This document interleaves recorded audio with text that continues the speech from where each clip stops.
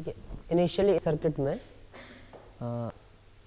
दोनों thyristor forward mode में होंगे, अगर कोई करंट फ्लो नहीं हो रहा है तो। जैसे तुम इस थायरिस्टर को ट्रिगर कर दोगे, यहाँ से करंट फ्लो हो जाएगा ना, आउटपुट वोल्टेज कितना मिलेगा, Vs/2 मिलेगा। इस टाइम पे T1 को ट्रिगर किया जाएगा, उस टाइम पे आउटपुट वोल्टेज Vs/2 मिलेगा।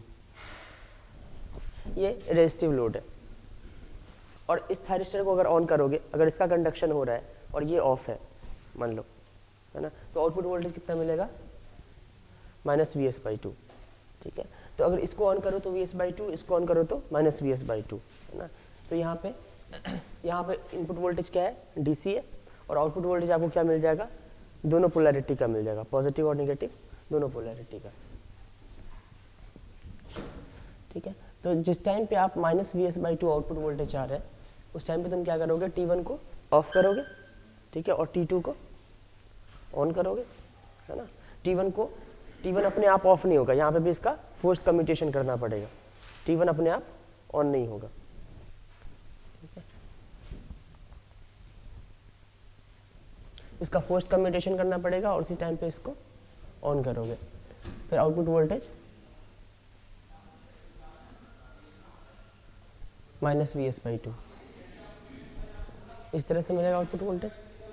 करंट का ग्राफ कैसा आएगा, आउटपुट करंट का ग्राफ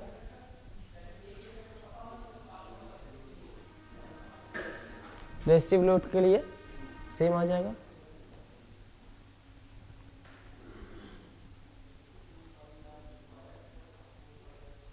इस तरह से।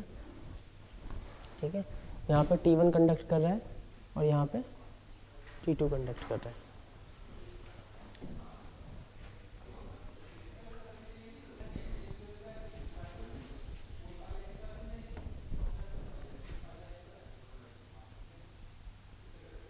अब लोड में अगर RL लोड कनेक्ट कर दें, RL लोड कनेक्ट करने में ये है कि जैसे आप इनपुट T1 को आपने ऑन किया, ठीक है, इस डायरेक्शन में क्या होगा, करंट राइज करेगी। करंट राइज करने से मान लेते हैं कि ये पॉजिटिव करंट का डायरेक्शन है। यहाँ तक एक RL सर्किट में जैसे करंट राइज करता है, यहाँ तक करंट राइज करेगी।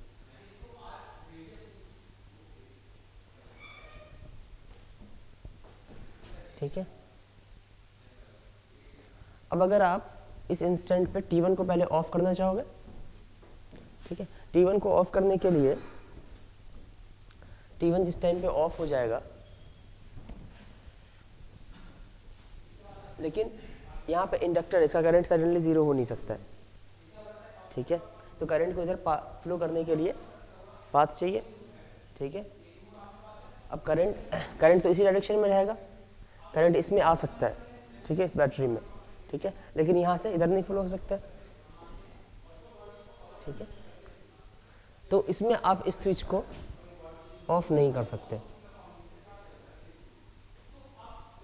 इस थायरिस्टर को हम ऑफ नहीं कर सकते, क्योंकि अगर तुम इसको ऑफ करो तो इंडक्टर से करंट सडनली जीरो हो रहा है, तो ये पॉसिबल नहीं है।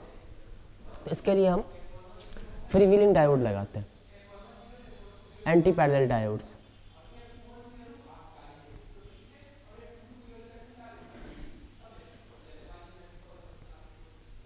ठीक है। ये T1, T2, D1, D2। ठीक है। अब तुम यहाँ पे नोटिस करो, या तो T1 कंडक्ट करे या फिर D1 कंडक्ट करे। अगर T1 या D1 में से कोई भी कंडक्ट कर रहा है तो आउटपुट वोल्टेज आपको +Vs/2 मिलेगा, है ना। या तो T2 कंडक्ट करे या D2 कंडक्ट करे। अगर इन दोनों में से कोई भी कंडक्ट रहेगा तो ये पाथ शॉर्ट हो जाएगा। फिर यहाँ पे जब आप KVL लगाएंगे तो आउटपुट वोल्टेज क्या होगा, ये या ये शॉर्ट हो जाए तो ये नेगेटिव वाला पॉजिटिव रेफरेंस से कनेक्ट हो जाएगा, पॉजिटिव वाला नेगेटिव से तो हमेशा कनेक्टेड है ही। तो आउटपुट वोल्टेज इस केस में +Vs/2 होगा। जब भी D1 कंडक्ट करेगा, है ना, D1 इसी डायरेक्शन में करंट को कंडक्ट करा सकता है। जब भी D1 कंडक्ट करेगा D1 के क्रॉस कुछ फॉरवर्ड वोल्टेज ड्रॉप होगा, है ना। तो अगर D1 कंडक्ट कर रहा है तो इसके क्रॉस वोल्टेज क्या आ जाएगा, नेगेटिव आएगा, इसके फॉरवर्ड वोल्टेज ड्रॉप की वजह से। तो T1 क्या रहेगा, ऑफ रहेगा। उसी तरह से जब भी T1 कंडक्ट कर रहा है तो D1 ऑफ रहेगा, दोनों साथ में कंडक्ट नहीं कर सकते। उसी तरह से नीचे वाले पेयर के लिए भी कह सकते हैं, क्या, अगर D1 कंडक्ट कर रहा है तो करंट का डायरेक्शन ऊपर की तरफ होगा। अगर करंट का डायरेक्शन ऊपर की तरफ है तो लोड से करंट का डायरेक्शन क्या होगा, लोड से करंट का डायरेक्शन इस तरफ होगा। और फिर ये करंट ये कहाँ से आ रही होगी, यहाँ से आ रही होगी या यहाँ से आ रही होगी। अगर ये करंट नीचे से आ रही है तो जाहिर सी बात है यहाँ से आ रही होगी। यहाँ से अगर आ रही है तो यहाँ से तो नहीं आ सकता करंट, है ना, यहाँ से आ रहा होगा। अच्छा, एक तरीका जो ये हो गया, अगर D1 ऊपर की तरफ कंडक्ट कर रहा है तो ये करंट क्या होगा, यहाँ आएगा, तो यहाँ से आएगा, है ना, यहाँ से आएगा ना? तो जो भी करंट यहाँ से जा रहा है वो इस पाथ से आएगा ना। तो अगर D1 कंडक्ट कर रहा है तो करंट इस पाथ से जा रहा है। और RL सर्किट में अगर D1 कंडक्ट कर रहा है तो करंट Vs/2 में एंटर कर रहा है तो करंट डिक्रीज करेगा, ठीक है। अगर जब भी डायोड से करंट फ्लो होगा तो ये वोल्टेज के अपोजिशन के साथ फ्लो होगा। यहाँ से दिख रहा है ना, करंट ऊपर की तरफ होगा तो इसमें आएगा, फिर इसमें आएगा, ठीक है। इस पाथ में सर्कुलेट करेगा करंट, ठीक है। करंट इस पाथ में फ्लो नहीं कर सकता है, ठीक है, क्योंकि इस पाथ में कैसे फ्लो करने इसलिए नहीं करेगा क्योंकि इस पूरे पाथ में तुम देख लो करंट को फ्लो कराने के लिए कोई सोर्स ही नहीं है। ये दोनों सोर्स इधर की डायरेक्शन में करंट फ्लो कराना चाह रहे हैं, ठीक है। तो D1 D2 दोनों ऑफ हो जाएगा, ठीक है। और नेगेटिव डायरेक्शन में कभी करंट नहीं फ्लो हो सकता क्योंकि दोनों सोर्स का अपोजिशन है। यहाँ पे करंट इसलिए फ्लो हो सकता है क्योंकि इंडक्टर है, ठीक है। इंडक्टर के अक्रॉस अगर करंट सडनली जीरो होगा तो इसके क्रॉस वोल्टेज क्या आ जाएगा, इनफाइनाइट आ जाएगा। तो इनफाइनाइट वोल्टेज इसके क्रॉस आएगा और इसके क्रॉस क्या है, फाइनाइट वोल्टेज का अपोजिशन मिल रहा है, तो यहाँ पे करंट फ्लो हो जाएगी, ठीक है। तो ये समझ में आ गया कि D1 से अगर करंट फ्लो होगा तो सोर्स के अपोजिशन के साथ फ्लो होगा, तो करंट को डिक्रीज करना होगा, है ना। ओके, जिस टाइम पे T1 कंडक्ट कर रहा होगा, जिस टाइम पे T1 कंडक्ट कर रहा होगा उस टाइम पे क्या होगा, T1 अगर कंडक्ट करेगा तो करंट इस डायरेक्शन, करंट अब इस तरह से फ्लो होगा, इस तरह से। तो यहाँ पे क्या होगा, जब D1 कंडक्ट करेगा तो आउटपुट वोल्टेज कितना मिलेगा, जब D1 कंडक्ट करेगा तो V0 इक्वल टू Vs/2 मिलेगा, है ना।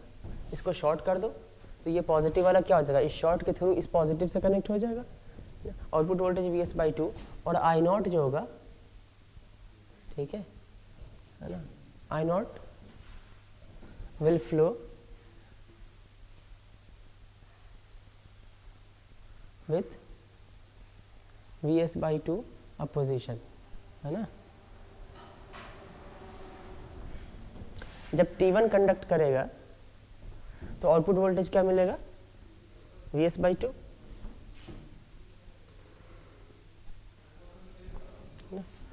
और करंट इस तरह से फ्लो होगी तो करंट को सपोर्ट मिलेगा। तो हम लिखेंगे I0 will flow with Vs/2 support. उसी तरह से T2 और D2 के लिए कह सकते हो, जब भी T2 कंडक्ट करेगा करंट राइज करेगी, है ना, और जब भी D2 कंडक्ट करेगा करंट डीके करेगी, ठीक है। इनिशियली मान लेते हैं कि T1 को ट्रिगर किया गया ना, तो आउटपुट वोल्टेज प्लस Vs/2 मिलेगा, Vs/2 और करंट ये आउटपुट वोल्टेज है, और यहाँ पे हम आउटपुट करंट का ग्राफ बना लेते हैं। करंट 0 से राइज करेगी, ठीक है। एक आरएल सर्किट में जैसे करंट राइज करता है वैसे करंट राइज करेगी, ठीक है। मान लिया कि इस पॉइंट पे T1 को, अब हम चाहते हैं इतना आउटपुट वोल्टेज हमारे को पॉजिटिव मिले और इतना ही नेगेटिव मिले, है ना। एसी में तो ये चाहिए होगा। तो इस पॉइंट पे आप T1 का क्या करते हैं, T1 का फोर्स्ड कम्यूटेशन कर देंगे, क्योंकि T1 अपने आप ऑफ नहीं होगा, है ना। फोर्स्ड कम्यूटेशन इसका कर दो, फोर्स्ड कम्यूटेशन, तो ये स्विच ओपन हो जाएगा, ठीक है। ओपन करने के लिए मैं इसको यहाँ से इस तरह से ओपन कर दूंगा, ठीक है। ये स्विच ओपन हो गया, लेकिन करंट अच्छा करंट यहाँ तक राइज करेगी पहले, है ना।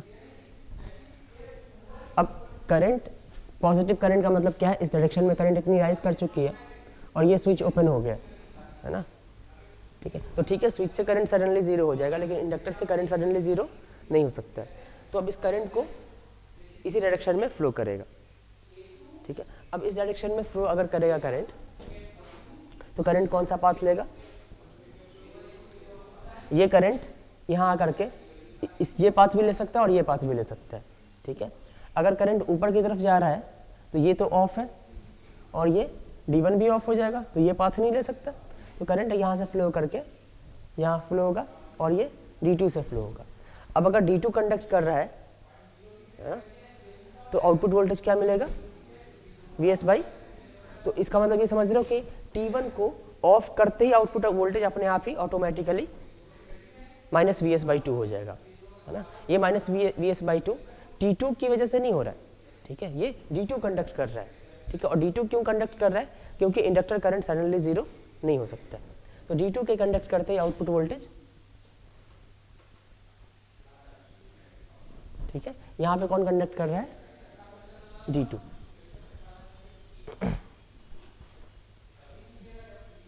और अब अगर D2 कंडक्ट कर रहा है तो ये हमने पहले ही देख रखा है कि करंट अगर इस पाथ से D2 कंडक्ट कर रहा है तो आउटपुट वोल्टेज -Vs/2, और करंट जो होगा वो वोल्टेज के अपोजिशन के साथ ही फ्लो होगा जब भी डायोड कंडक्ट करेगा। तो यहाँ से अब करंट जब वोल्टेज का, अब अगर इस डायरेक्शन में करंट फ्लो हो रहा है तो रेजिस्टेंस में भी एनर्जी डेसिपेट होगी, वोल्टेज सोर्स भी एनर्जी एब्जॉर्ब करेगा, तो इंडक्टर की टोटल एनर्जी तेजी से डिक्रीज होगी, इसका करंट तेजी से डिक्रीज होगा। तो अब इंडक्टर करंट जो है ये इस तरह से डिक्रीज होगा, ठीक है। अब मैंने ये बताया था कि जब तक डायोड कंडक्ट करेगा, है ना, तब तक T2 ऑन हो ही नहीं सकता है ना, ठीक है। इसके फॉरवर्ड वोल्टेज ड्रॉप की वजह से ये ऑफ रहेगा, ओके। तो ये तो ऑन हो नहीं रहा है और इस करंट को सोर्स का अपोजिशन मिल रहा है, ठीक है। देखो अगर सोर्स नहीं रहेगा तो ये करंट मैथमेटिकली डीके होकर कभी जीरो नहीं होगी। एक आरएल सर्किट से मैथमेटिकली करंट कब डीके होती है, इनफाइनाइट टाइम पे, ठीक है। लेकिन अगर सोर्स का अपोजिशन है तो बहुत जल्दी करंट जीरो हो जाएगी और फिर नीचे भी जाएगी, है ना, मतलब उसकी टेंडेंसी होगी फिर उल्टी डायरेक्शन में फ्लो होने की। तो सोर्स है तो यहाँ पे करंट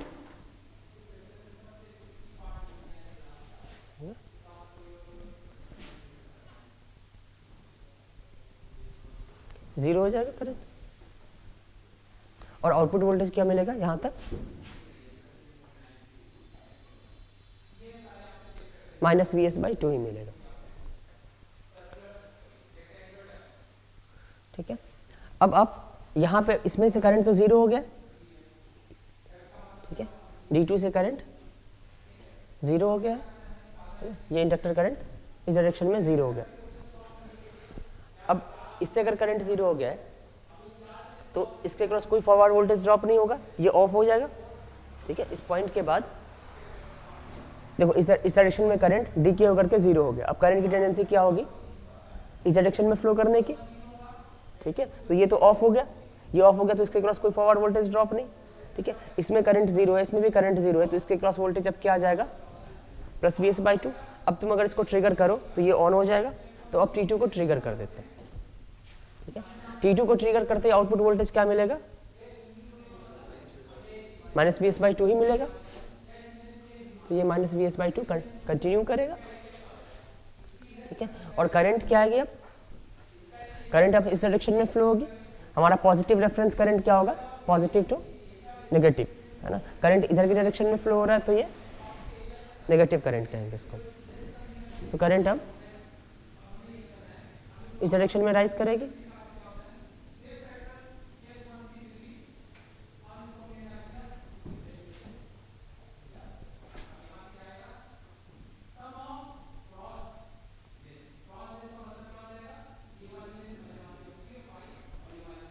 ठीक है।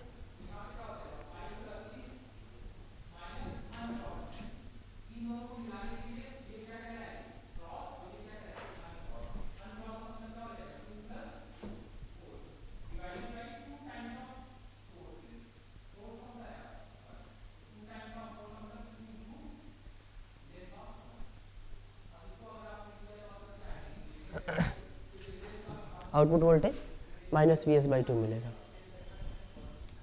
अगर आप इसको अब ये इसका कंडक्शन अगर कंटिन्यू रहेगा तो आउटपुट वोल्टेज हमेशा minus V S by to मिलेगा, है ना। अगर आप फिर चाहते हैं कि नहीं output voltage plus V S by to मिले, तो अब क्या करेंगे, फिर से इसका फोर्स कम्यूटेशन कर देंगे, ठीक है।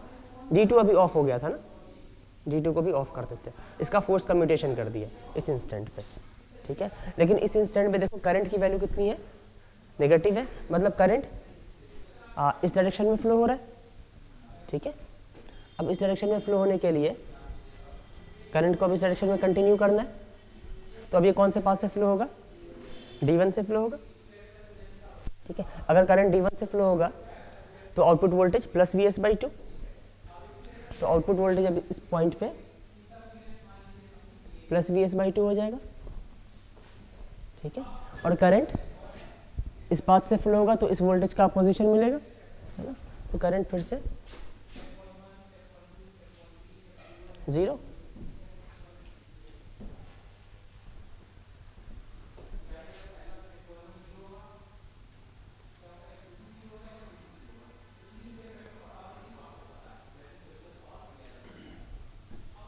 ठीक है। और जब तक D1 कंडक्ट कर रहा है ना, T1 कंडक्ट नहीं कर सकता, ठीक है। इसको ट्रिगर भी कर दो तो ये ऑन नहीं हो सकता क्योंकि इसके क्रॉस वोल्टेज नेगेटिव होगा। जब T1 जब इससे करंट 0 हो जाएगी, ये करंट डीके होकर के 0 हो जाएगी, है ना, तो फिर ये इस डायरेक्शन में करंट को फ्लो कराना चाहेगा, तो ये फिर फॉरवर्ड ब्लॉकिंग मोड में होगा, तो उस टाइम पे तुम फिर T1 को ट्रिगर कर दो।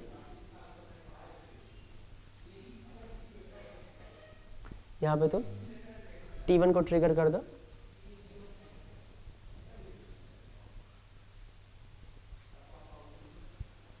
ठीक है। और फिर करंट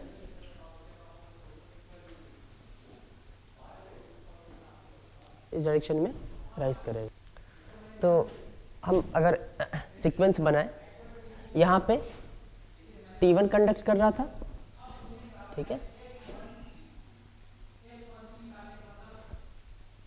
यहाँ पे T1 कंडक्ट कर रहा था, यहाँ पे D2 कंडक्ट कर रहा था, फिर यहाँ पे T2 कंडक्ट कर रहा था, ठीक है। फिर यहाँ पे D1 कंडक्ट कर रहा है, और फिर यहाँ पे T1 कंडक्ट कर रहा है ना। तो आउटपुट वोल्टेज पॉजिटिव कब मिलता है, T2 को ऑफ करते ही आउटपुट वोल्टेज पॉजिटिव मिलेगा T2 के फोर्स कम्यूटेशन से। यहाँ पे तुम देखो T1 का फोर्स कम्यूटेशन के जिस टाइम पे T1 का फोर्स कम्यूटेशन किया है, वैसे ही आउटपुट वोल्टेज क्या मिल रहा है, minus V S by to, है ना, क्योंकि करंट D2 से फ्लो हो जा रही है, ठीक है। तो जिस टाइम T1 का फोर्स कम्यूटेशन करोगे output voltage minus V S by two, ठीक है। और जिस टाइम पे T2 का फोर्स कम्यूटेशन करोगे output voltage plus V S by two मिल जाएगा, ठीक है। तो अगर मैं वी एस बाई टू से अपना वोल्टेज ग्राफ स्टार्ट करना चाह रहा हूँ, मैं मान लो कि ग्राफ वहाँ से स्टार्ट करना चाह रहा हूँ जहाँ से आउटपुट वोल्टेज Vs/2 स्टार्ट हो रहा है, तो उस टाइम पे कंडक्शन कौन किसका हो रहा होगा, D1 का हो रहा होगा, ठीक है ना। T1 से पहले D1 कंडक्ट करता है ना, तो सीक्वेंस क्या बनेगा, पहले D1 कंडक्ट करेगा, फिर T1, फिर D2, फिर T2, फिर D1, इस तरह सब रिपीट होगा, फिर T1, है ना। यहाँ पे करंट डीके करेगी, यहाँ पे करंट राइज करेगी, यहाँ पे करंट डीके, फिर करंट राइज। इस पूरे में आउटपुट वोल्टेज आपको Vs/2 और इस पूरे में आउटपुट वोल्टेज -Vs/2। ये single phase half bridge inverter है, ठीक है। अब single phase full bridge inverter देखते हैं।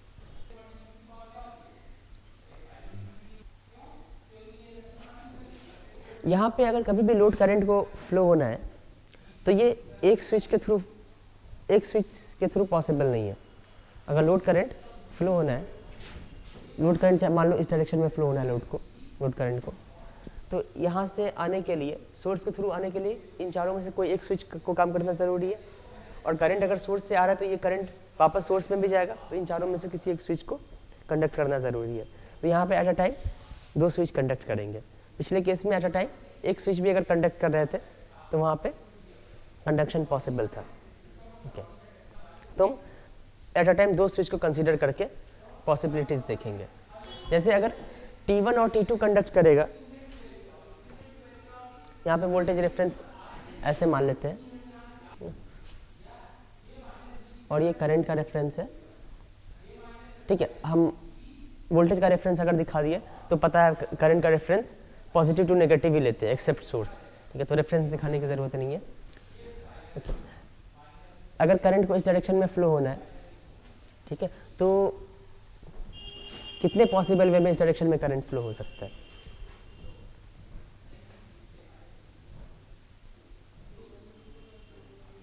एक तो इस तरह से फ्लो हो सकता है कि करंट अगर यहाँ से आ रहा है ना, तो D1 से नहीं आ सकता, है ना, ठीक है, D4 से आ सकता है ना।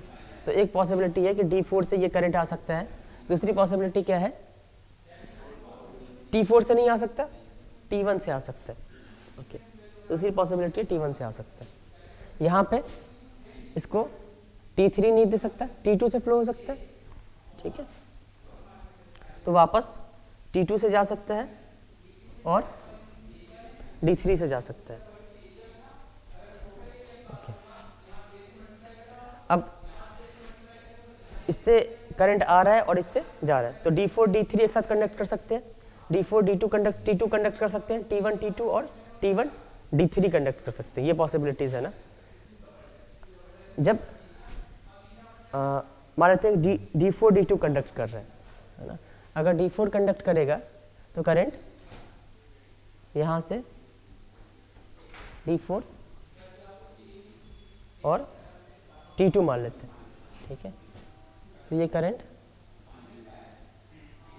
इस तरह से फ्लो करेगा, है ना, और ये इस तरह से चला जाएगा। ये एक पॉसिबिलिटी है। अच्छा, नेक्स्ट पॉसिबिलिटी,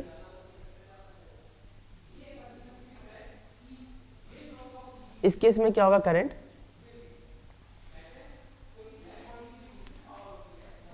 अच्छा यहाँ पे जैसे फेज कंट्रोल रेक्टिफायर में भी पढ़ा है, ठीक है। T1 T2 अगर कंडक्ट करता है तो आउटपुट वोल्टेज क्या मिलता है, पॉजिटिव मिलता है।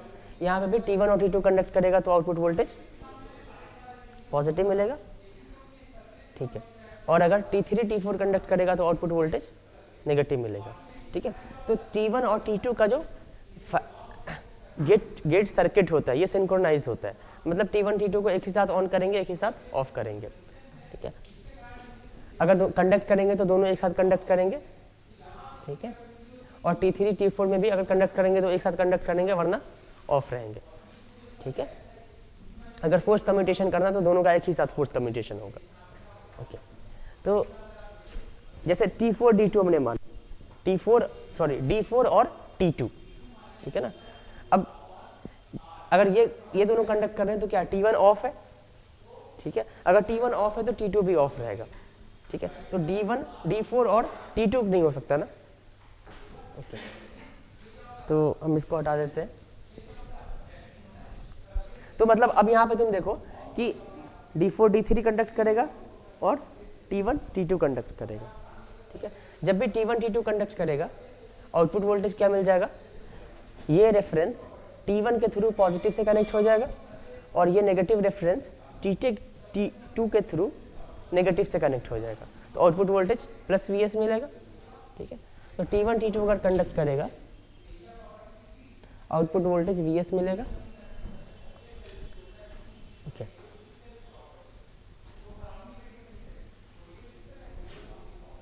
और करंट राइज करेगी या डीके करेगी। अच्छा, अब उसको देखेंगे। अभी ये पता ही नहीं पहले करंट कौन सी डायरेक्शन में थी, ये नहीं पता ना।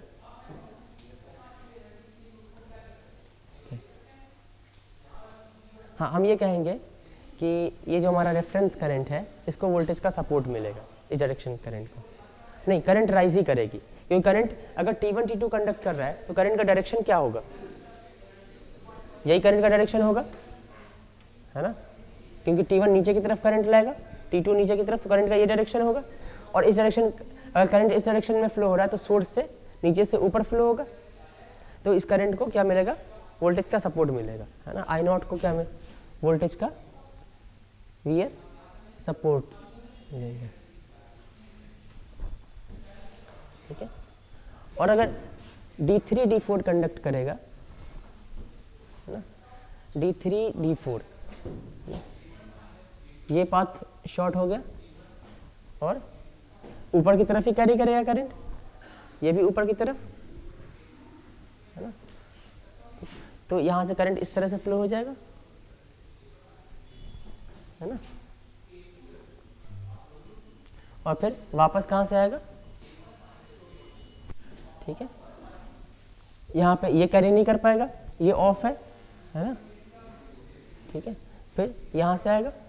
ठीक है, आउटपुट वोल्टेज क्या मिलेगा, -Vs मिल जाएगा आउटपुट वोल्टेज।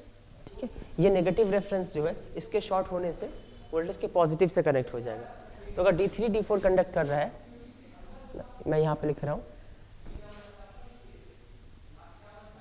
कर रहा है, तो आउटपुट वोल्टेज -Vs और I0 को वोल्टेज का ये अपोजिशन मिलेगा।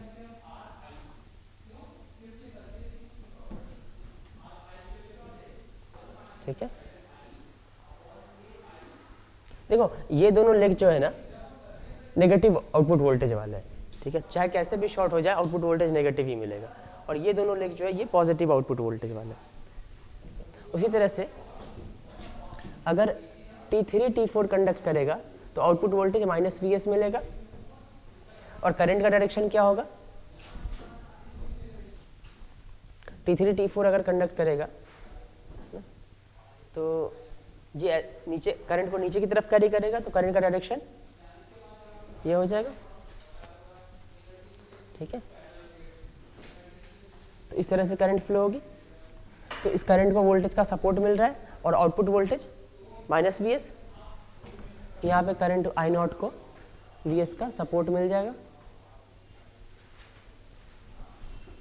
ठीक है, और अगर D1 D2 कंडक्ट करेगा तो D1 D2 भी तो कंडक्ट कर सकते हैं। D1 कंडक्ट करेगा तो पॉजिटिव वाला लेग और ये दोनों पॉजिटिव वाले लेग है, तो आउटपुट वोल्टेज +Vs, और I0 को क्या होगा। ठीक है, D1 अगर कंडक्ट कर रहा है तो करंट को ऊपर की तरफ कैरी करेगा, D2 भी करंट को ऊपर की तरफ कैरी करेगा, तो ये करंट इस तरह से फ्लो होगी ना।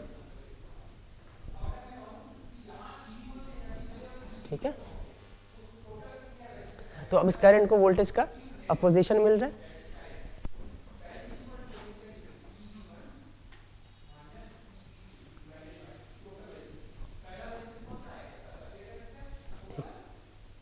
तो यहाँ पे भी हमने देखा कि अगर थायरिस्टर कंडक्ट करेगा तो करंट को हमेशा वोल्टेज का सपोर्ट मिलेगा, करंट राइज करेगी, और अगर डायोड कंडक्ट करेगा तो करंट को वोल्टेज का अपोजिशन मिलेगा। सारे थायरिस्टर और सारे थायरिस्टर के साथ anti parallel diodes. Phase control rectifier में थायरिस्टर ऊपर की तरफ बनाते हैं, उल्टा बनाते हैं।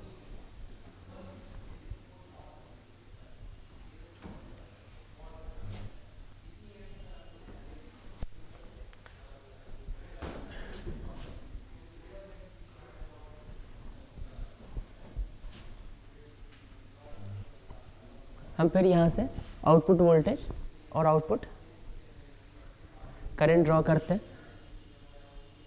ठीक है, इनिशियली हम T1 और T2 के कंडक्शन से स्टार्ट करते हैं। ठीक है, फिर देख लेंगे कि एक टाइम पीरियड के बाद कैसा आ रहा है, तो वैसे ही कंटिन्यू हो जाएगा। तो जब आप T1 और T2 को ट्रिगर करेंगे, इनिशियली करंट 0 मान लेते हैं। ठीक है, और ये ज़रूरी नहीं कि इनिशियली जो एज्यूम किया वो सही होगा, वो एक टाइम पीरियड के बाद देखना पड़ेगा।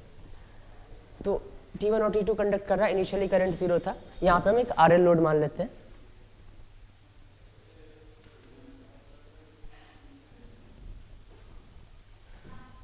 तो यहाँ से T1 T2 कंडक्ट करते इस डायरेक्शन में करंट पॉजिटिव रेफरेंस के डायरेक्शन में राइज करेगी और आउटपुट वोल्टेज प्लस VS मिलेगा।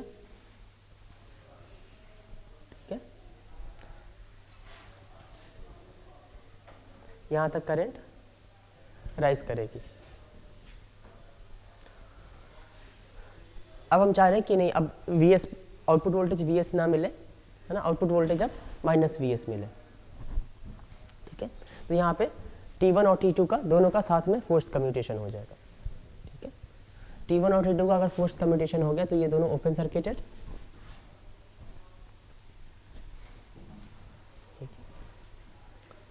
लेकिन करंट को तो इस डायरेक्शन में कंटिन्यू करना है।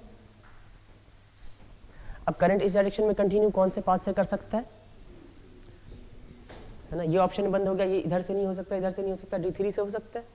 ठीक है, और इधर कंटिन्यू करना है तो इधर भी, इधर वाला भी एक स्विच ऑन होना चाहिए, है ना। T4 नहीं करेगा, ये ऑफ हो गया, ये नहीं कर सकता, है ना। D4 करेगा तो D4 D3, और जैसे D4 D3 ऑन होगा, है ना, नेगेटिव लेग ऑन हो गया, सीधा ये नेगेटिव पेयर हो गया ना लेग का। ठीक है, आउटपुट वोल्टेज माइनस VS।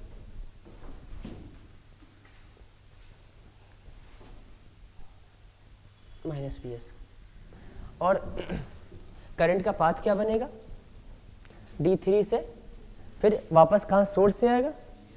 ठीक है, तो यहाँ पे इस करंट को वोल्टेज का पोजीशन फील होगा। ठीक है, और R में भी एनर्जी डिसिपेट होगी, ये भी एनर्जी एब्जॉर्ब करेगा, तो अब करंट तेजी से डीके करेगी। ठीक है, फिर से नोटिस, एक बात और नोटिस करो, जैसे जब भी D3 कंडक्ट करेगा, T3 ऑन नहीं हो सकता है। ठीक है, D3 का फॉरवर्ड वोल्टेज ड्रॉप इसको ऑफ करके रखेगा, है ना। उसी तरह से जब तक D4 कंडक्ट होगा, T4 ऑन नहीं हो सकता, है ना। ओके, तो D3 D4 कंडक्ट कर रहा है, तो करंट जो है ये तेजी से डीके करेगी।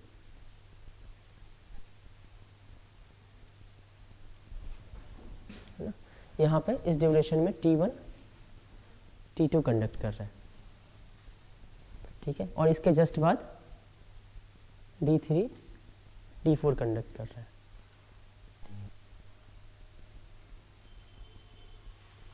नेक्स्ट इस इंस्टेंट की बात करें, यहाँ पे करंट 0 हो गया,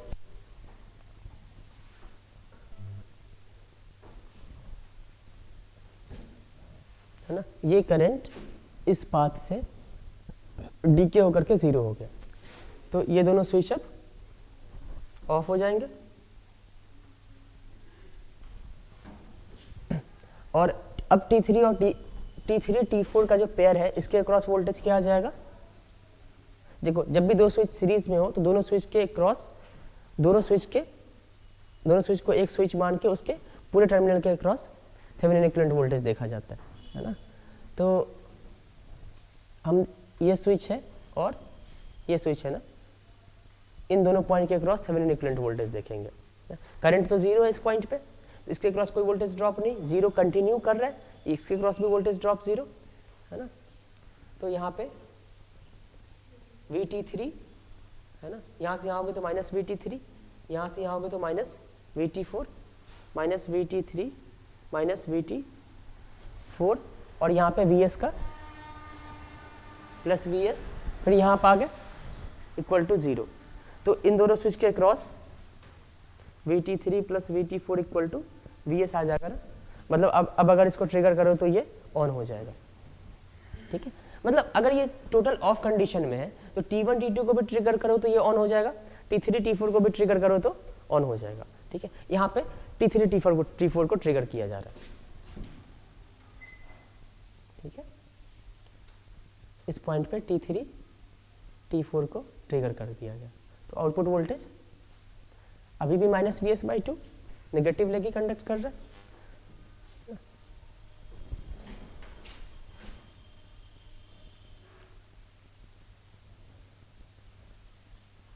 ओके, आउटपुट वोल्टेज -Vs मिलेगा, -Vs। और करंट का डायरेक्शन क्या होगा? अब करंट का डायरेक्शन अब T3 T4 के थ्रू ये डायरेक्शन होगा, ये I का डायरेक्शन हो जाएगा, और ये रेफरेंस का अपोजिट है तो इसको हम, है ना, तो करंट अब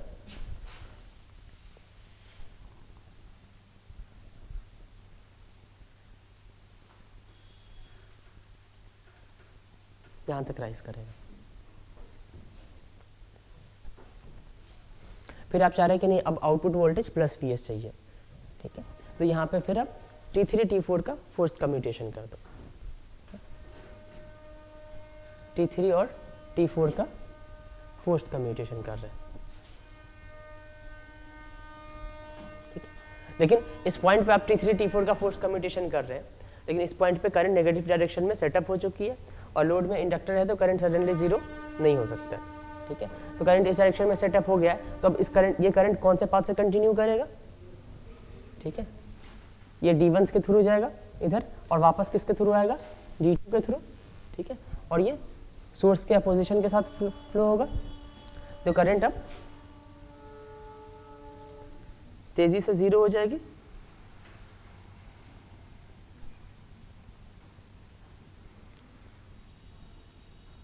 और इसके बाद कंडक्शन D1 और D2 कंटिन्यू करेगा, है ना।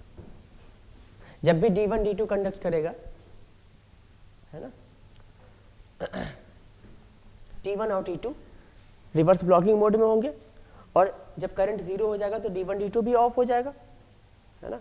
फिर उसके बाद क्या आ जाएंगे, T1 और T2 फॉरवर्ड ब्लॉकिंग मोड में आ जाएंगे, ठीक है, फॉरवर्ड ब्लॉकिंग मोड में सोर्स वोल्टेज की वजह से, और रिवर्स ब्लॉकिंग मोड में किस वजह से होंगे, डायोड वोल्टेज ड्रॉप की वजह से। ओके, तो अब अगर यहाँ पे फिर से आप यहाँ के बाद आउटपुट वोल्टेज जब भी D1 D2 कंडक्ट करेगा आउटपुट वोल्टेज पॉजिटिव Vs हो जाएगा। फिर यहाँ के बाद आप क्या कीजिए, T1 और T2 को फायर कर दीजिए, ठीक है ना। तो कुछ इस तरह से आ जाएगा यहाँ पे करंट,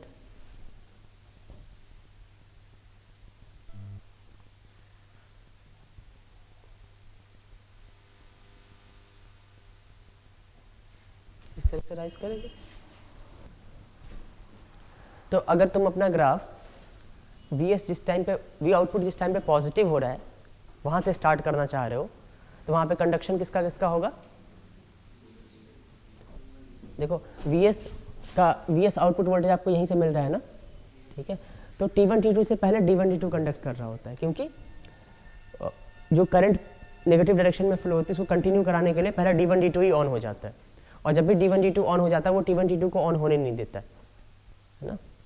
तो आप स्टार्ट कंडक्शन, अगर आउटपुट वोल्टेज पहले Vs मिल रहा है फिर बाद में -Vs मिल रहा है तो पहले D1 D2 कंडक्ट करेगा,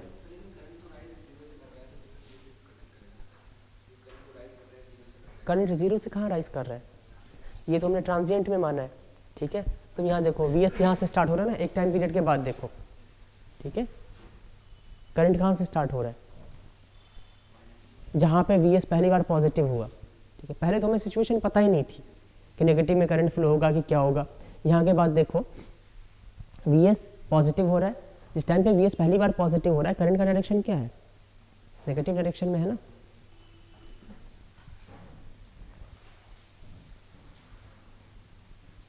ठीक है, हमने इनिशियली एज्यूम किया था कि करंट जीरो है, ठीक है। तो Vs जब स्टार्ट होगा तो D1 D2 पहले कंडक्ट कर रहा होगा, ये स्टेडी स्टेट में हम कह रहे हैं, ठीक है। इनिशियली तो D1 D2 कंडक्ट कर ही नहीं सकता, इनिशियली तो सब कुछ जीरो रहेगा, ये स्टेडी स्टेट में। फिर T1 T2 कंडक्ट करेगा, ठीक है। फिर जिस टाइम पे T1 T2 को ऑफ कर देंगे D3 D4 कंडक्ट करेगा, यहाँ पे D3 D4 और फिर T3 T4, ये सीक्वेंस होगा कंडक्शन का। T3 T4 को ट्रिगर कहाँ पे करें, ठीक है। T3 T4 कब ऑन हो सकता है, या फिर इस पॉइंट के बाद T1 T2 कब ऑन हो सकता है, जब करंट इस पॉइंट पे ही T1 T2 ऑन हो सकता है ना। इससे पहले करंट को कौन D1 T2 कंडक्ट कर रहा है, जब तक D1 T2 कंडक्ट हो रहे हैं T3 T4 reverse blocking mode में, ये ऑन हो ही नहीं सकता है, ठीक है। करंट T1 T2 कब ऑन हो सकता है, जब करंट डी के होकर 0 हो जाए, और हमें पता नहीं कि करंट डी के होकर के 0 कहाँ पे होगा। तो तुम एक काम ऐसे करो कि इस पॉइंट पे T3 T4 का फोर्स कम्यूटेशन किया ना, ये पॉइंट देखो T3 T4 कंडक्ट कर रहा था, है ना, करंट राइज होती जा रही थी, तो यहाँ पे T3 T4 का फोर्स कम्यूटेशन किया। जिस पॉइंट पे T3 T4 का फोर्स कम्यूटेशन किया है, इस पॉइंट के ठीक बाद T1 T2 को तुम ट्रिगर पल्स दे दो, कंटिन्यू ट्रिगर पल्स, ठीक है। होगा क्या कि इस पॉइंट के बाद कंडक्शन किसका होगा, D1 D2 का होगा। तो T1 T2 को तुमने ट्रिगर पल्स दे भी दिया तो ये ऑन नहीं होगा, ठीक है, क्योंकि रिवर्स ब्लॉकिंग मोड में। लेकिन D1 D2 के कंडक्ट होने से करंट तो डी के होकर के 0 हो जाएगी। जिस टाइम पे 0 होती है करंट, उस टाइम पे ये अपने आप ही T1 और T2 फॉरवर्ड ब्लॉकिंग मोड में आता है, और आपने ट्रिगर पल्स दे रखा है, ठीक है, तो ये अपने आप ही कंटिन्यू करेगा, ठीक है। तो जिस टाइम पे T1 T2 का फोर्स कम्यूटेशन कर रहे हैं, उसके ठीक बाद T3 T4 को ट्रिगरिंग पल्स दे दो, ठीक है। उस पॉइंट पे T3 T4 ऑन नहीं होगा, D3 D4 कंडक्ट करेगा, लेकिन जैसे लेकिन हमें ये भी पता है कि D3 D4 अगर कंडक्ट करेगा तो आउटपुट करंट डी के होकर के 0 होनी है, और करंट जैसे डी के होकर के 0 होगा फिर T3 T4 forward blocking mode में आ जाएंगे, ट्रिगरिंग पल्स दे रखा है, तो फिर T3 T4 कंडक्ट करना शुरू कर देगा। तो स्टेडी स्टेट में अगर मैं ग्राफ बनाने के लिए कहूँ, स्टेडी स्टेट में और VS से स्टार्ट करना है ग्राफ को, ठीक है, तो यहीं पे बना सकते हैं ना। स्टेडी स्टेट में VS यहाँ से स्टार्ट हुआ है, तो करंट कहाँ से स्टार्ट होगा, नेगेटिव से स्टार्ट होगा, है ना।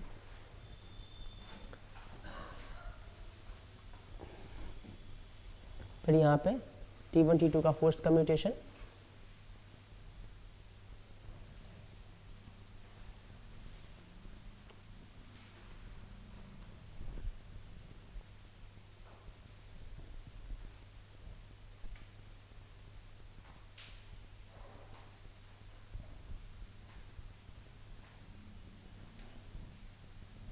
यहाँ पे D3 D4 और ये फिर T3 T4, ठीक है।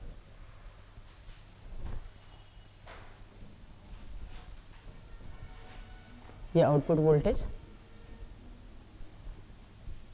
और ये आउटपुट करंट, हमने स्टेडी स्टेट में यहीं से स्टार्ट कर दिया अपना ग्राफ, इसको मिटा देते हैं।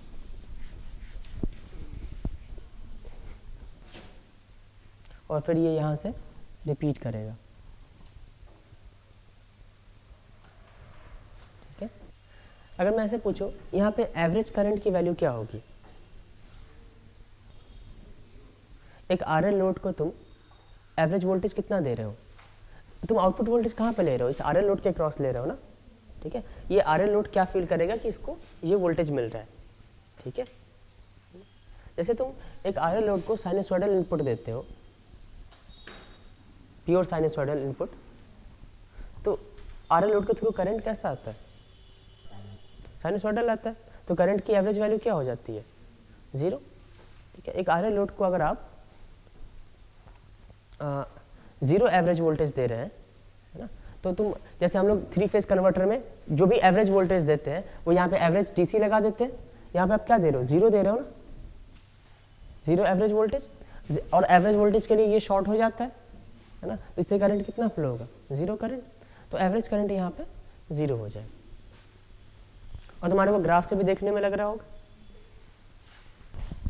अगर यहाँ पे रेजिस्टेंस बहुत स्मॉल हो, निग्लिजिबल रेजिस्टेंस हो, प्योर इंडक्टर लोड मान लेते हैं, लेकिन ये मान लेते हैं कि कुछ ना कुछ थोड़ा बहुत रेजिस्टेंस है, वो नेग्लिजिबल है ना। तो और आउटपुट वोल्टेज तो इसको यहाँ पे कुछ भी लोड रहे, है ना, आउटपुट वोल्टेज यही मिलना है, इस आर एल लोड को आउटपुट वोल्टेज तो यही मिलना है ना, ठीक है। तो इससे करंट का ग्राफ कैसा आएगा, स्टेडी स्टेट में पूछ रहा हूँ, ट्रांजिएंट में नहीं, ठीक है। आउटपुट वोल्ट, इससे आउटपुट करंट कितना होगा, लोड से एवरेज आउटपुट करंट 0 हो जाएगा, ठीक है। और लेकिन करंट की वैल्यू अगर मैं पूछूं, करंट हर टाइम 0 नहीं रहेगी, करंट राइज करेगी, डीके करेगी, ठीक है। और एवरेज आपको 0 फिक्स रखना है ना। तो जिस टाइम आउटपुट वोल्टेज पॉजिटिव दे रहे हो इसको, इस इंडक्टर को, करंट इससे राइज करेगा, ठीक है। और जब आउटपुट वोल्टेज नेगेटिव दे रहे हैं तो करंट डीके करेगा।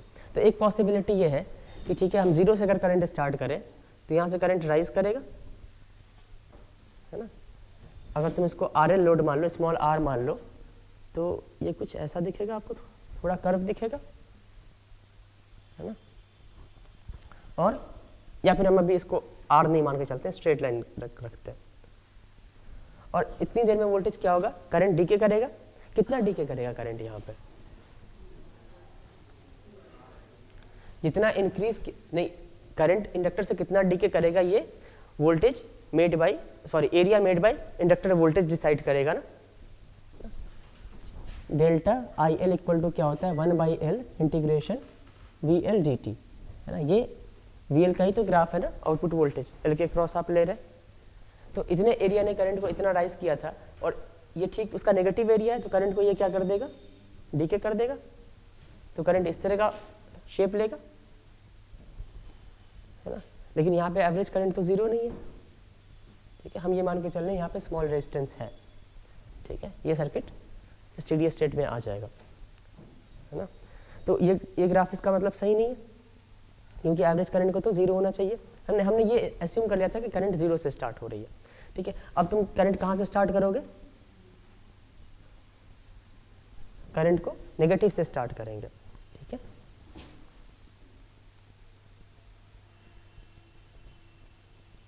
इसमें अगर राइज कर रहा है, नेगेटिव से स्टार्ट करो, जितना नेगेटिव ले लो उतना ही पॉजिटिव ले लो, ठीक है।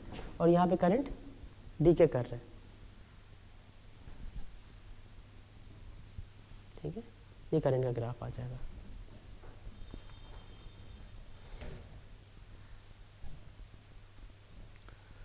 अगर स्मॉल रेजिस्टेंस है तो, अगर रेजिस्टेंस इसमें नहीं है तो ये ग्राफ कभी स्टेडी स्टेट में आएगा ही नहीं, ठीक है। हम ये कहेंगे कि अगर आपने एक आर एल लोड को 0 एवरेज वोल्टेज दिया है, तो स्टेडी स्टेट में इसके थ्रू एवरेज करंट क्या होगा, 0 होगा, ठीक है, स्टेडी स्टेट में ही। लेकिन अगर सर्किट में कोई रेजिस्टेंस नहीं है तो वो स्टेडी स्टेट कभी आएगा ही नहीं, वो हमेशा ट्रांजिएंट में रहेगा, ठीक है। तो ट्रांजिएंट में एवरेज करंट 0 नहीं होती है। ट्रांजिएंट में एवरेज करंट इस बात पर डिपेंड करेगा कि ट्रांजिएंट किस इंस्टेंट पे अकर किया गया, ठीक है।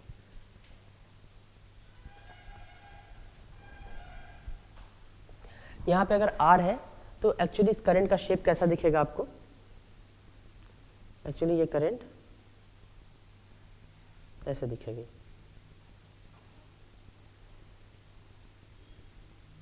मतलब एक्चुअली करंट ऐसा होगा, इसको मिटा देता हूं मैं, ठीक है। और एवरेज करंट 0 होगी। अगर इन्वर्टर की स्विचिंग फ्रीक्वेंसी ज़्यादा है, जैसे अगर इंडक्टेंस ज़्यादा है, आर कम है ना, तो इस आर एल लोड का टाइम कांस्टेंट क्या होगा, R by L, sorry L by R होता है ना time constant, L by R होता है, ठीक है, एल बाई आर है। एल इक्वल टू मान लो 1 हेनरी है, आर इक्वल टू 1 ओम है, तो 1 सेकेंड इसका टाइम कांस्टेंट हो जाएगा, ठीक है। मान लेते हैं स्विचिंग फ्रीक्वेंसी 1 किलो हर्ट्ज की है ना, तो स्विचिंग टाइम पीरियड क्या हो जाएगा, 1 मिली सेकेंड, है ना।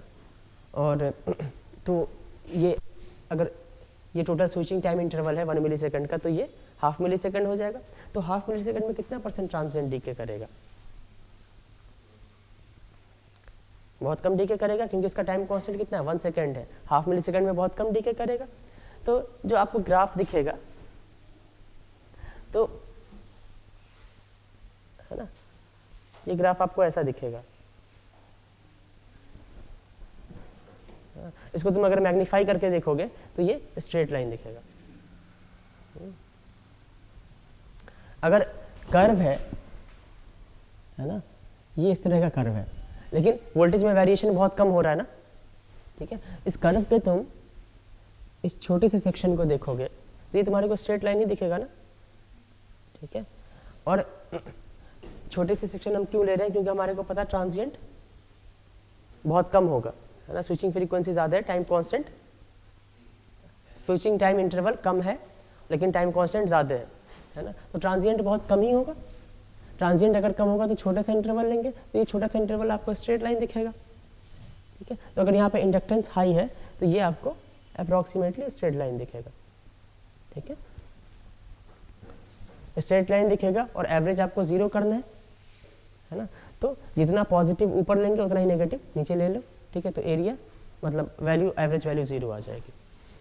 हम नेक्स्ट केस करते हैं, ये RL लोड की बजाय अगर यहाँ पे RC लोड कनेक्टेड हो, ठीक है। देखो जब भी RL लोड कनेक्टेड होता है तो उसमें इंडक्टर में करंट एक बार सेटअप हो गई तो उसी डायरेक्शन में फ्लो होगी, ठीक है। लेकिन कैपेसिटर से तो करंट इंस्टेंटली चेंज हो सकता है ना, तो वहाँ पे हो सकता है कि ये डायोड की ज़रूरत ना पड़े, ऐसा कुछ हो सकता है। देखते हैं वहाँ पे इसमें कैसा आएगा।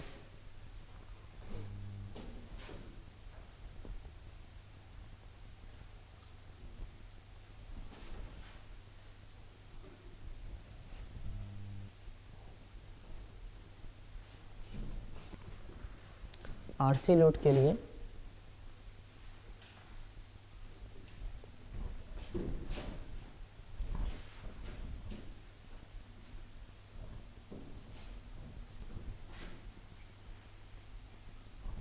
जब T1 T2 कंडक्ट करेगा, है ना, तो आउटपुट वोल्टेज तो पॉजिटिव मिलेगा, है ना। शुरू में T1 T2 कंडक्ट कर रहा है और आउटपुट वोल्टेज Vs मिलेगा। और एक RC सर्किट को जैसे Vs वोल्टेज मिलता है, शुरू में करंट ज़्यादा होती है और बाद में करंट डीके करती है ना। इंडक्टर में शुरू में करंट 0 होती है और बाद में राइज करती है, ठीक है। तो यहाँ पे करंट का अगर ग्राफ बनाओगे, IRC, RC लोड में पैरेलल RC लोड लेते हैं, चलो इसी के लिए कर लेते हैं। तो जिस टाइम Vs वोल्टेज मिला है ना,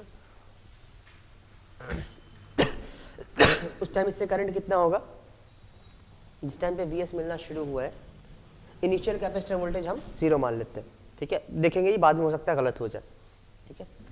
तो इस पाथ के थ्रू इसको T1 और T2 कंडक्ट कर रहा है ना, इसको कैपेसिटर वोल्टेज 0 है, ठीक है। तो रेजिस्टेंस के क्रॉस वोल्टेज Vs आ जाएगा, है ना। तो करंट इनिशियली Vs/R होगी और करंट अब डीके करेगी कैपेसिटर, जैसे जैसे कैपेसिटर चार्ज होता जाएगा, है ना, ये करंट का अपोज करेगा, तो करंट डीके होगी। और करंट डीके होकर के 0 कब होगी, मैथमेटिकली इनफाइनाइट टाइम के बाद, है ना। आउटपुट वोल्टेज आपको Vs मिलता रहेगा। आउटपुट वोल्टेज हम R के क्रॉस या फिर C के क्रॉस नहीं लेते, आउटपुट वोल्टेज हम इस पूरे टर्मिनल के क्रॉस ले रहे हैं, तो ये तो Vs ही मिलेगा जब तक ये करंट कंटिन्यू करता रहेगा। नहीं, हम इस लोड के लिए भी कर सकते हैं, हमारे को बनाना है, हम इसके लिए बना सकते हैं, इसमें क्या है। अब यहाँ पे मान लो T1 और T2 का फोर्स्ड कम्यूटेशन करते हैं। T1 T2 का अगर फोर्स्ड कम्यूटेशन करोगे, T1 T2 का फोर्स कम्यूटेशन के बाद T3 T4 को ऑन करने के लिए, जैसे मान लिया कि तुमने इसका फोर्स कम्यूटेशन कर दिया, ठीक है, इंडक्टर तो है नहीं कहीं पे, है ना, करंट इस डायरेक्शन में फ्लो हो रही थी ना, तो ये करंट कंटिन्यू तो नहीं करना चाहेगा, इंडक्टर नहीं है ना। T1 T2 का अगर आपने फोर्स कम्यूटेशन कर दिया, ठीक है, तो करंट 0 हो जाएगा। इस पॉइंट पे कैपेसिटर के ऊपर वोल्टेज कितना होगा, हाँ, Vs कैसे होगा, वो तो कैपेसिटर वोल्टेज राइज करता है ना। इस सिचुएशन में ये सर्किट बनाओगे ना तुम, प्लस माइनस Vs है और ये RC लोड को दे दिया, तो कैपेसिटर वोल्टेज कितना होगा, जो भी टाइम इंटरवल है ये डिसाइड करेगा, है ना। Capacitor voltage VC equal to हम लिखेंगे VS into 1 minus E to power minus T divided by tau, ठीक है। और इसकी पोलैरिटी ये होगी, है ना, ये मान लेते हैं हम इसको T1 T2 का कंडक्शन टाइम है ना, इसको हम कैपिटल T1 मान लेते हैं, ठीक है, कैपिटल T12 मान लेते हैं, T1 T2 का है तो यहाँ पे इस VC equal to VS into 1 minus E to power minus T divided by tau होगा।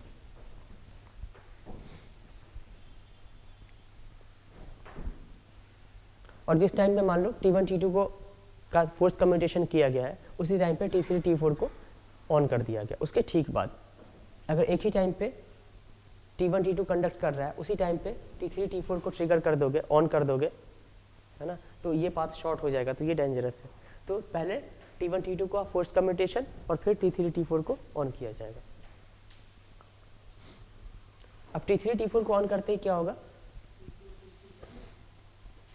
ठीक है, ये दोनों ऑफ कर दिए, इन दोनों को हटा दो,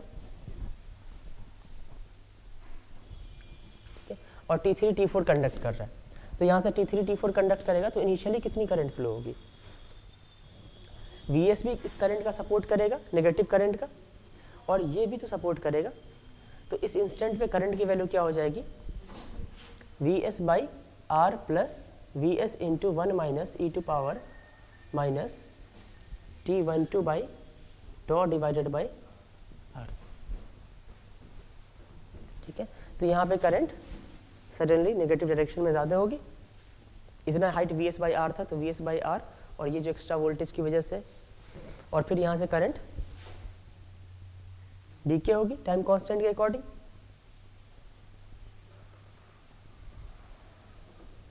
और यहाँ पे आउटपुट वोल्टेज नेगेटिव। फिर जिस टाइम पे आप आउटपुट वोल्टेज पॉजिटिव चाह रहे हैं, अब ये मान लो ये T34 है, इस टाइम पे T34 का कम्यूटेशन करना है, फोर्स कम्यूटेशन। अब इतनी करंट फ्लो करके फिर क्या होगा, करंट अब इस डायरेक्शन में फ्लो हो रहा है ना, ठीक है, तो फिर इसको ये न्यूट्रलाइज कर देगा, ठीक है। कितना न्यूट्रलाइज करेगा ये अभी बाद में देखेंगे, लेकिन करंट इस डायरेक्शन में फ्लो करके ये पॉजिटिव और ये नेगेटिव आ जाएगा, ठीक है। फिर जब T1 T2 को कंडक्ट करोगे तो ये वोल्टेज सपोर्ट करेगा, है ना, तो फिर यहाँ पे करंट इस तरह से राइज करेगा, ठीक है, और इस तरह से आएगा फिर, तो ये initially current VS by R से ज़्यादा होगा, है ना, ये हाइट आ जाएगी।